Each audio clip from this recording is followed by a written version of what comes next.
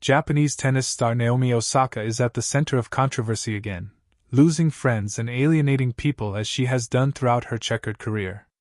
The four-time major champion and current world number 16 has been accused of poor etiquette in a match against the Romanian Sorana Cîrstea at the Australian Open.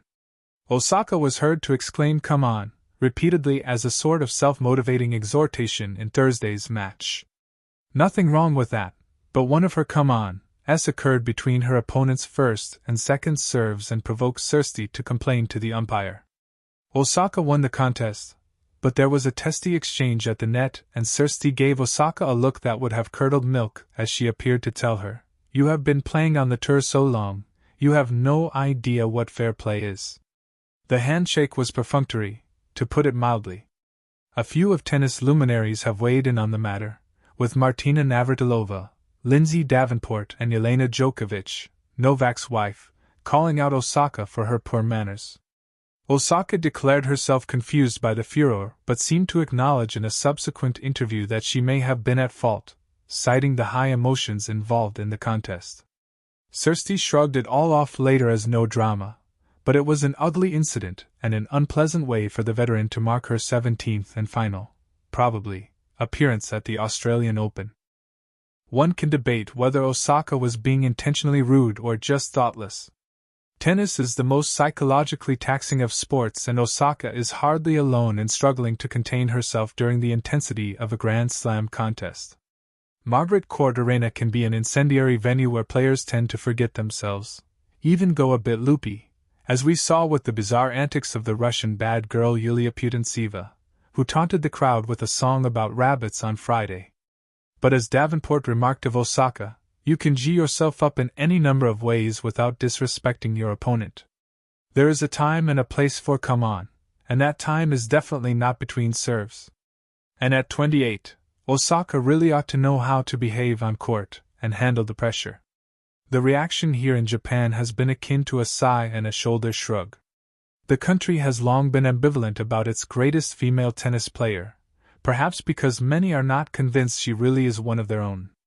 Osaka was born here to a Japanese mother and a Haitian father but left when she was 3. She does not speak the language well and resides in California. Her brief experience of the country was overlooked initially, and when she first gained fame her image was everywhere. She wore the colors of the Japanese flag as she lit up the Olympic cauldron in Tokyo in 2021. But she never quite lived up to the cultural ambassador role and is rarely even mentioned now. This role has received far more attention outside Japan than in. Public broadcaster NHK has not mentioned it at all, though the online chatter has been resoundingly negative.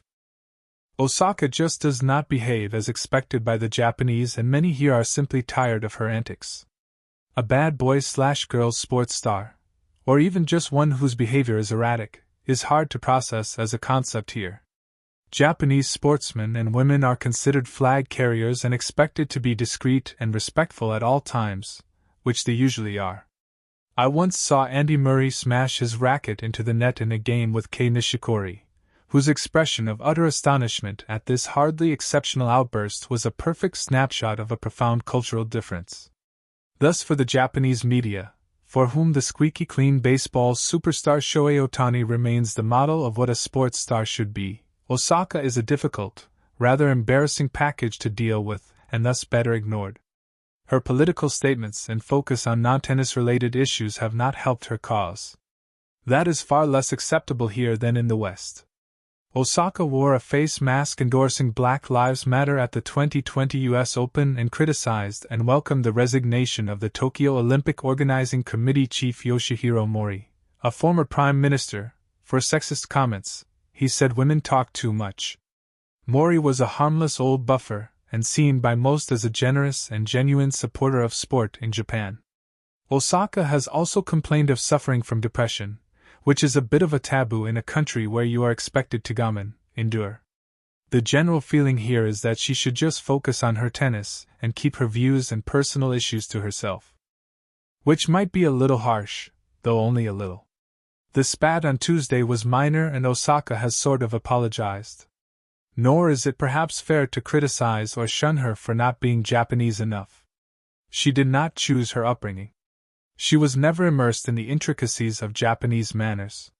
Is she supposed to start learning kanji, or the various gradations of respectful bowing now?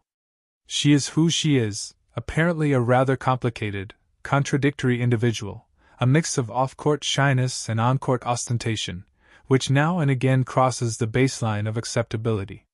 She may even be prey to tennis's pressing need for a villain narrative to spice up what can be a rather predictable sport between players who are often similar in style and demeanor. Osaka at least has a personality, and seems to have an instinct to rebel in one way or another, sartorially or in her on- and off-court behavior. A little of that is probably healthy, as long as it does not compromise fair play.